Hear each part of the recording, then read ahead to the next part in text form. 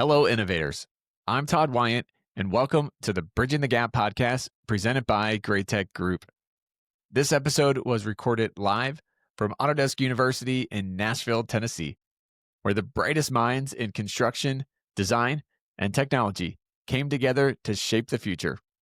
Over the course of AU, we talked with industry leaders, innovators, and the change makers about the trends, tools, and ideas driving digital transformation in our great industry. So settle in as we explore how to model the future of construction innovation. Enjoy the conversation. Welcome to the Bridging the Gap podcast presented by Great Tech Group. We are here live at Autodesk University in Nashville, Tennessee, and excited to welcome Allison Scott from Autodesk. Thanks for taking the time and joining us today. Hey, Todd. So excited to be here. Thank you so much for having me. Yeah, absolutely. So I'd love to get started with how you got into this space to begin with, and maybe a little bit about your role at Autodesk now. I'd love that. Thank you so much. So I have been at Autodesk for 8 years. Prior to that, I spent about 14 years in the architecture and construction industries. And I have always had a passion for the connections between the built environment and technology. So even when I was in construction, part of my role was investigating and integrating technology into the job sites and onto the fields, and also looking for ways to scale that technology both in our core way of working, as well as what could we go scale and turn into businesses. So when I came to Autodesk, I had the esteemed pleasure of being part of the team to bring Autodesk Construction Cloud to life, first in the marketing side, and then with customer success and building our customer experience programs.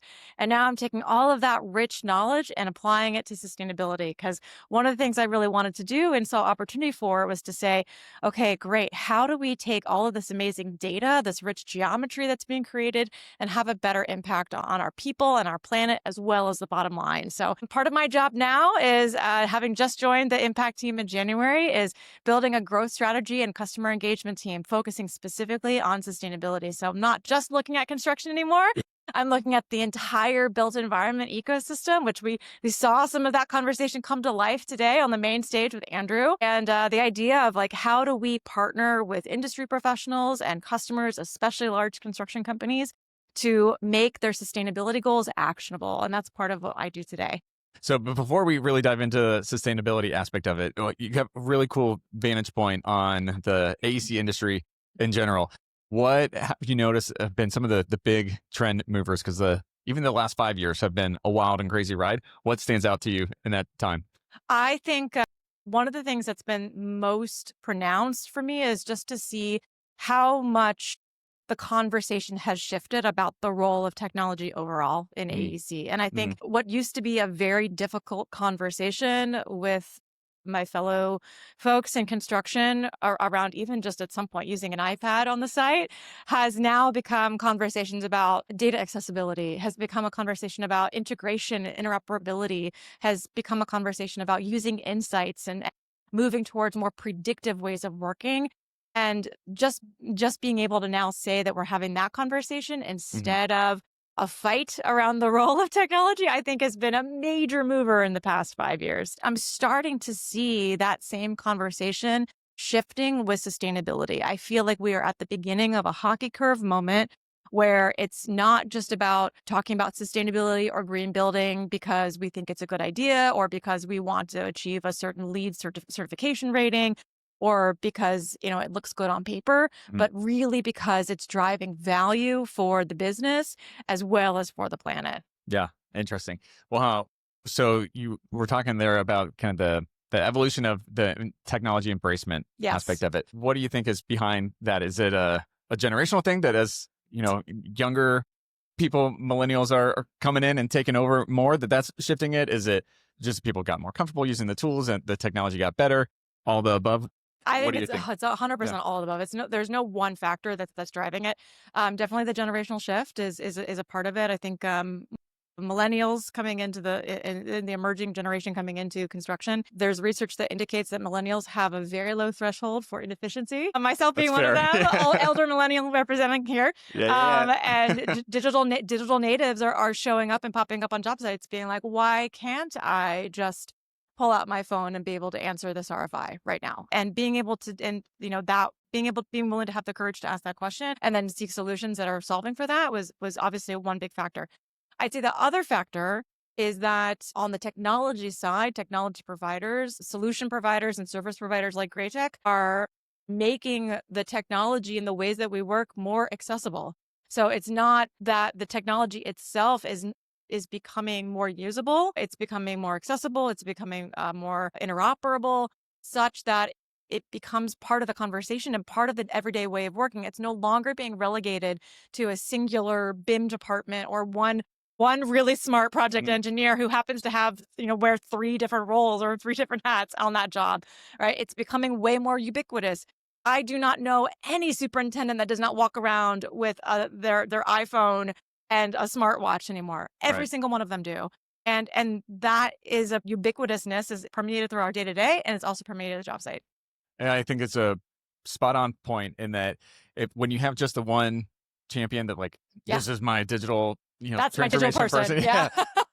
Great. It's a good start, but it has to be ingrained into the culture. 100%. And just incorporate it into DNA. And I think that pairing it into the sustainability aspect of it as well, too, also is a very good parallel into Absolutely. You have to just embrace it into the culture, and it can't just be one, sustainability person over in the corner plugging away. This is my goal, right? And this is the goal that Autodesk has, is that how do we take sustainability from being something that gets thrown over the fence, which is a lot of what happens right now. And I admit that, right? That's where we kind of are right now. But we're at the very beginnings of a new transformation in sustainability. And how do we take it from being thrown over the fence? How do we take it from just being a carbon accounting exercise that happens in Excel, or with a sustainability team who are incredibly smart, but not often pulled in at the right moments?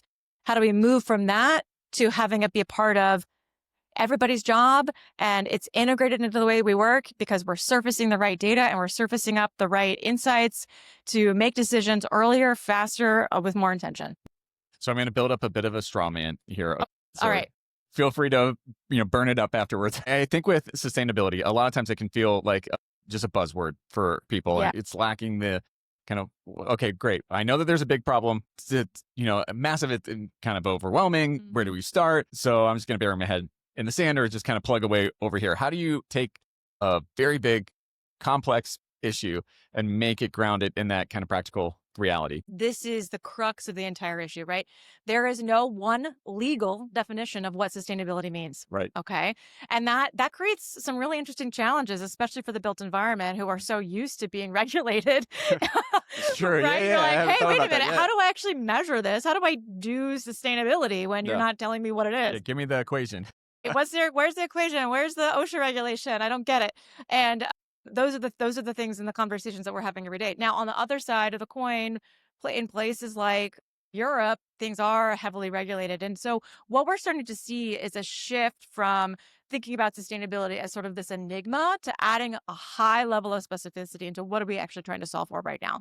The big focus is focusing on the decarbonization of the built environment. One of the reasons why that's super important is that the built environment itself, the things that we do every single day to design and build the world around us, account for about 42% of the world's global greenhouse gas emissions. And the reason we care about that is because when greenhouse gas emissions continue to grow, that means the planet is getting warmer. That means we create more opportunity for risk in the way that we move about the world, the way we build. It creates more floods. It creates more inequality and more inequity in how we can build.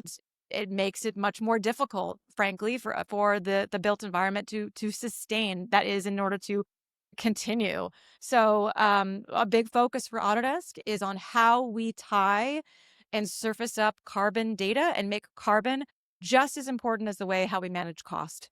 So if we can show that carbon and cost go hand in hand, or two sides of the same coin, and we can make it part of the way that we work, such that when we make choices in the built environment, when we design and when we make choices in pre-construction of what we buy and what we install and how we operate those things, that makes it easier for us to be able to say we built a low carbon or eventually no carbon, net zero building, and this is going to have positive net gain effects on the environment, but hopefully also it will have positive effects on the total cost of ownership for the owner as well. Yeah. So what's the change management needed there to really get that mindset seated in that it's not just a compliance issue, it's a competitive advantage then to really tackle this and honestly look at it? So I'll say actually some of the largest firms out there have already made these decisions right now. Skanska, Turner, DPR, Mortensen, these are the folks that are out there doing it every single day, and they're making it a part of how they work. And I think that's one of the biggest shifts. I think just like we saw in the early days of things like building and information modeling, turning into virtual design and construction, and now using technology out in the field. I mean, some of those culture of that really started in some cases from the ground up, but it also came down and became an enterprise decision from the top down. And we are starting to see that same kind of coming together from the bottom up and the top down happen in some of these largest firms. So I think part of that decision and change management process that's happening is being able to recognize and equate the value of designing and building more sustainably is a driver for revenue growth and is a mechanism to actually create new services, differentiate against your competition, because you can show that, hey, not only can I build this with a better value, but that value from a cost perspective isn't just about the money, it's also about the carbon. So I think that those are places that businesses, especially construction companies, are looking for those competitive edges, and those edges right now exist in sustainability. Mm-hmm. How have you seen those conversations? Are they starting to kind of percolate up more and happen more frequently, or is it still like just a education game at this point? It's a little bit of both. I think there's a lot of noise about sustainability. Again, sure. It's a big nebulous topic. We are in a we're at a state in the United States where it's not regulated at the federal level, which is fine, because the states and the cities are looking at it, because that's a lot of how our the built environment is enforced in terms of code. It's at the state and city level oftentimes. So that's where it's showing up, right? So those decisions are happening in these microcosms, and especially in the United States. And for instance, like Massachusetts and California both regulate and actually have new reporting requirements for greenhouse gas emissions. But at the same time, Massachusetts has one of the strictest energy codes on record, and Texas happens to be one of the top producers for solar energy. So we see these places in the United States where it's happening. And then also in Europe, and increasingly in places across Asia Pacific, it's just becoming a part of the conversation. So I think, again, like from a change management perspective and how we make it more a part of the way we work, it's mostly, especially in construction, it's mostly happening top down. But if we can continue to surface up the way that people make choices earlier, and we embed it as part of the technology and a part of the core workflow, it's just going to become part of the everyday way of working, and it's not going to be seen as this extra step. And that's really the goal. Yeah. Nice. So we are obviously at Autodesk University. I'd be remiss if I didn't ask this question on a technology podcast as well. So what is Autodesk's role in helping to develop the technology to then help the customers really achieve this sustainability goal? I love this question. Thank you so much, Todd. So I think we saw a fantastic demo today on stage with Andrew. Yeah. Super cool, the live demos. It's a gutsy move. Such a gutsy move. I haven't seen us do something like that in a long time. And I thought that was a major mic drop moment, because Andrew has been talking about this vision that we've been working towards at Autodesk for he described it for more than 8 years. And one of the first iterations of what he described, we started to realize in Autodesk Construction Cloud over the past few years. And what he demoed today on stage was describing, okay, hey, you're starting a design, you're starting some intentions with some parameters in Forma on those early design stages. And then we can take that data and have that data be enriched in Revit, where it gets qualified and added to, and parameters change. And then you can prompt the model to say, well, what if this, from these conditions, if these conditions change, what if? And we saw that live on stage. And then that same data then flowing through into takeoff in the pre-construction stage for Autodesk Construction Cloud, and then making choices around how it then shows up in the field and in project management. And then down into operations with digital twin. I was just like, oh my God, this is the reality that we've been talking about for so long, and it's here. And I know I'm geeking out a little bit, because like it seems so simple, but at the same time, there has been so much work that's happened in order for us to get to this reality now. And so what we saw demoed today was, we didn't talk about sustainability in that context explicitly, But everything he was talking about today in terms of like making choices about room types or the scale or door schedules and building envelope, and then showing up in the quantities for things like glass and concrete and Mhm. gypsum in takeoff. You could now imagine that same data set carrying through from carbon. Okay, hey, you make a choice on forma, and now you're making choices on the massing, and every single choice you're making also tells you what the impact of that is going to be on the carbon equation, and then carries through and gets enriched further in Revit, and then carries through and gets further enriched in takeoff. So now you're not just looking at the cost of what that building is, how that building has been designed, Yeah. but also what the carbon impact of that building is going to be carried through from first design to detailed design down into pre-con and then out to the site. I Right. mean, that is the And golden you really get the thread. full life cycle aspect of the That's the building emissions, which goal. is incredible. And because this is the reality that we've been living in, is that, a whole bunch of stuff happens in early conceptual design and then gets packaged up and sent off to somebody else, and then it gets enriched again. But wait, I don't know if I trust that data or how that person did it, so I'm going to redo it again. You get a different carbon Yeah. calculation. I'm going to take it out again and put it back into something else. And so every single time you have these opportunities for data loss or potentially being prone to error or miscalculation, or maybe you don't trust how certain things were being done because you have no record of it. So these are the things that I think from a carbon perspective were really exciting. And so where we come in, where the sustainability team comes in to support that, is we provide that subject matter expertise to our product teams to say, hey, here's the situations that our customers are dealing with every single day. Here's the needs that they have. Here's how they would love to work. And here's the parameters in which they're operating. And here's where we think we should start, and helping to surface up those opportunities that really show up and start to get realized in the product. And we are actively working on that today. Super proud of the work that's starting. And we have an open beta right now in takeoff where cost and carbon are showing up Oh, cool. tangentially. Yeah. So folks have Autodesk Construction Cloud and they're using Takeoff right now. They have access to the carbon accounting open beta. And we are very also excited to share that we have a new open beta for our sustainability data API. Another one of the pieces of challenge and things we've seen change is people have way more data on at their fingertips, or they want to connect their own data or new data sets. So how can we help them do that? Our new sustainability data API that we're pushing into open beta right now is a way for us to test how to do that. So we're really excited about that next phase. Yeah, that's awesome. Yeah, I think the potential there, it was really cool seeing it on the keynote. Just seeing, as I'm going to do this in quotes, Sure. as simple as seeing Oh yeah, right. the scaling of the windows to Yes. get more sunlight in. I Yes. mean, that's massive. And Yes.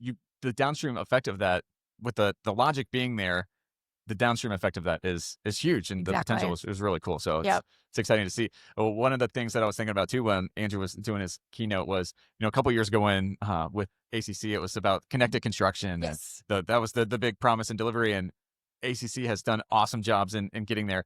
Seeing it, connecting it all together, I was like, this is actually connected construction happening. This is the promises being fulfilled here, which was super cool to see that moment. Yeah, agreed. Yeah, that's awesome. How are you getting the insight from the customers to give back to the product team? Oh, I love this question. Thank you.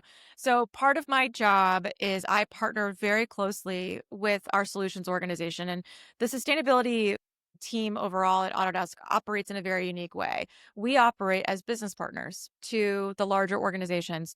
We, of course, are focused. We have a team that's focused on our own sustainable impact, right? How can we be a more sustainable company in and of itself? But the reality is like, as a technology provider, like our carbon impact is fairly small compared to those that are building the world around us, right? Sure.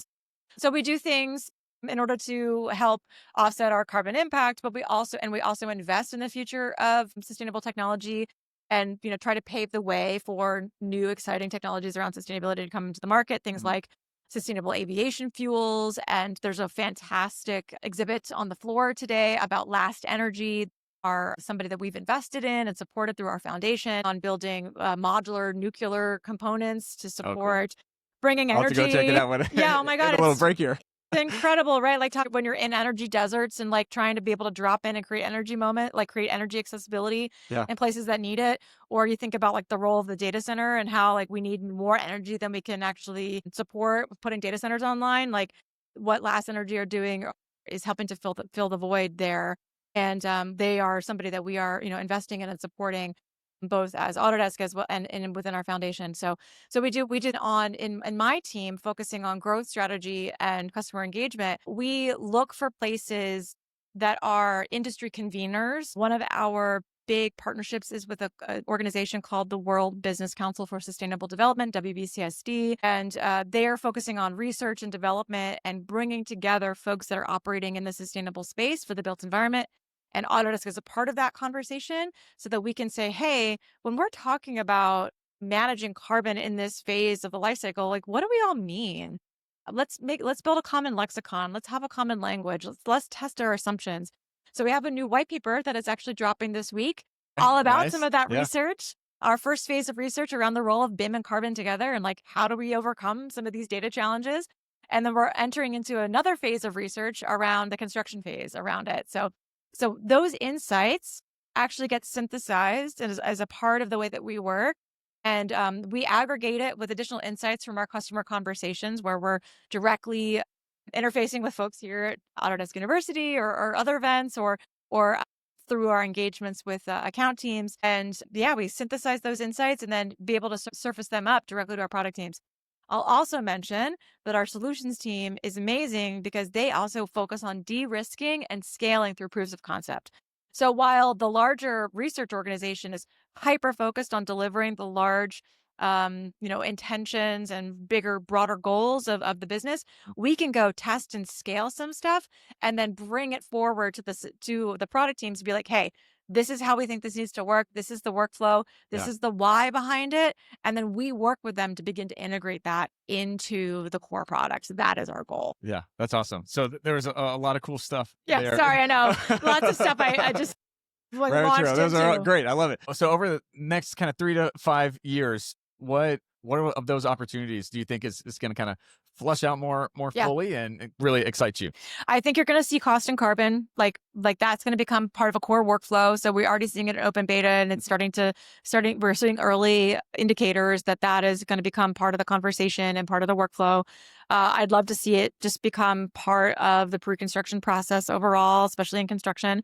And then what's next is really going beyond carbon. I think that the goal is going to be that we'll see more interest and more workflows begin to come online to tackle more than just carbon, but things like biodiversity and things like water and circularity. So I think that those are the next horizons from a sustainability perspective, and we'll begin to test those theories now so that we can have capability go into core offerings and core product over the next 3 to 5 years. Yeah, awesome. So for those listening that are like, yeah, I'm on board, but where do I start? Where would you encourage them to, here's the starting point? Yeah, I think it's going to be an interesting shift because I've had conversations with folks like, oh, well, how do I get into sustainability, right? Like, how do I do this now? And I'm like, you can do this now. It doesn't have to be a part of your job, right? Just like back in the day when people were like, oh, well, how do I become a technology champion in my construction firm? I'm like, you don't have to be a Revit expert to be a technology champion. Same with sustainability. You do not have to be a sustainability expert to also be championing the role of sustainability in your firm. So if you're using things like Forma today, or there's capabilities that are already usable today that you can start to play with. There's embodied carbon that is only requires a couple of parameters that you can just start testing it. Those things are available right now. If you're on Precon and you're using Takeoff, open up the carbon accounting capability and just start playing with it. Just start to see like, what is it? What is the carbon impact of this building that I'm working on when I'm also running the Takeoff analysis, and just start to see what happens. These are the things that make it more actionable and usable, and just start to make it a part of the everyday lexicon. And then I think, come find us, come find the people at Autodesk that are working on this and start asking the questions, come join the conversation, because for us, this is just this is the very beginning of something big. Yeah, that's cool. One of the things that I was thinking about while you were just talking was, I think it might be I don't have this fleshed out. Okay. So this is totally off the cuff. No problem. All good. I think it might be a language issue that Yes. you said do sustainability. And it reminded me of, when people are like, oh, I'm going to get that BIM thing. And you're like, well, it's not really a thing that you get. That's You're like, it. Yeah. It's kind of a mindset that you have to you're going to go out and do it. Is sustainability that same way that people are like, I'm going to be sustainable, but like, great. What does that mean? Yeah, exactly. I think that's totally it, Todd. I think it's about demystifying what it is when we say how do you start to look for more sustainable outcomes. That's part of our job at Autodesk is to make that lexicon and that language and that understanding a little bit more tangible. So Yeah. that's what we're working on, is being able to say, hey, it's not just about delivering on this big amalgamous picture of trying to be more sustainable at this big conversation level, but okay, we want you to focus on reducing waste. And so we're going to help you do that through these tools. We want you to focus on delivering lower carbon impact projects. And we're going to help you do that by surfacing up carbon data alongside cost data so that you can be able to toggle and balance between those two things. We want you to focus on product reuse on your projects and using more recycled materials and being able to put less waste into the environment. That's guess what? That's circularity. And we're going to give you these tools and this data at your fingertips in the normal way you're working in order for you to be able to achieve that, so that it doesn't feel so unattainable, right? Or so scary to say, what I'm doing every single day is contributing to being more sustainable in our world. And I think that's our goal. That's what we want to make. We want to make it more ubiquitous, just like that iPhone in your pocket, just like using ACC out on the field. Yeah, love it. So a couple rapid fire questions to Okay. Lightning end here. round. Yeah, that's right. So we're in the Great Tech booth. The tagline is modeling the future. What is modeling the future? What does that mean and kind of look like to you? Yeah. Oh, interesting. So I think modeling the future is imagining that every single project that we build in the future is also sustainable and has a low carbon impact or net zero, and that sustainability is no longer just a buzzword, but it's a common way of working. And that's how I model the future. I like it. What does innovation mean to you? Innovation means thinking ahead and putting new ideas into action. Nice. That was very succinct too. I like it. How do people connect with you and find out more information? You can find me on LinkedIn. Awesome. And last question, if I could give you all construction power, you could snap your fingers and innovate one thing, what would you pick to innovate? Oh my God. I saved this for the end, just give a good curveball right at the end. Oh my God. Okay. I think if I could just innovate one thing, I mean, honestly, just back to my construction roots here for just a second, like on my core construction roots for just a second, I would have no person ever get hurt or never, ever be able to go home safe. I would have them be able to go home safe every single time, every single way, every single time possible. So yeah, I mean, like back from a core construction perspective, that is the thing that matters the most. 100%. And that's a great way to end it there. So awesome. Thanks so much, Thanks, Allison. Todd. Great to be here. And now it's time for my Todd takes from this episode. First take. Sustainability must be woven into the workflow. Allison underscored that sustainability can't be a side effort or a separate team in the corner. It has to become part of the everyday workflow. Just like BIM or digital field tools, the biggest gains happen when sustainable practices are integrated into decisions early and often. Second take. Practicality turns buzzwords into value. Sustainability often feels overwhelming or abstract, but Allison reframed it as a practical, competitive advantage. By tying carbon data directly to cost, companies can ground big goals in everyday project choices. Whether it's reducing waste, reusing materials, or tracking embodied carbon, that shift moves sustainability from good intentions to measurable business impact. And finally, transformation happens top down and bottom up. The industry is in a hockey stick moment where both leadership mandates and grassroots champions are driving change. From superintendents using mobile tools to enterprise-level firms making sustainability part of their strategy, the cultural shift is accelerating. The future of innovation comes from aligning both forces to make sustainable, tech-enabled practices the norm. Thanks for listening to this episode. If you are interested in learning more, you can visit our sponsor, Great Tech Group, at ASTI.com for more information. You can listen to this podcast anytime by simply going to Apple Podcasts, Spotify, YouTube, or wherever you listen to podcasts. Also, be sure to check out our website, bridgingthegappod.com.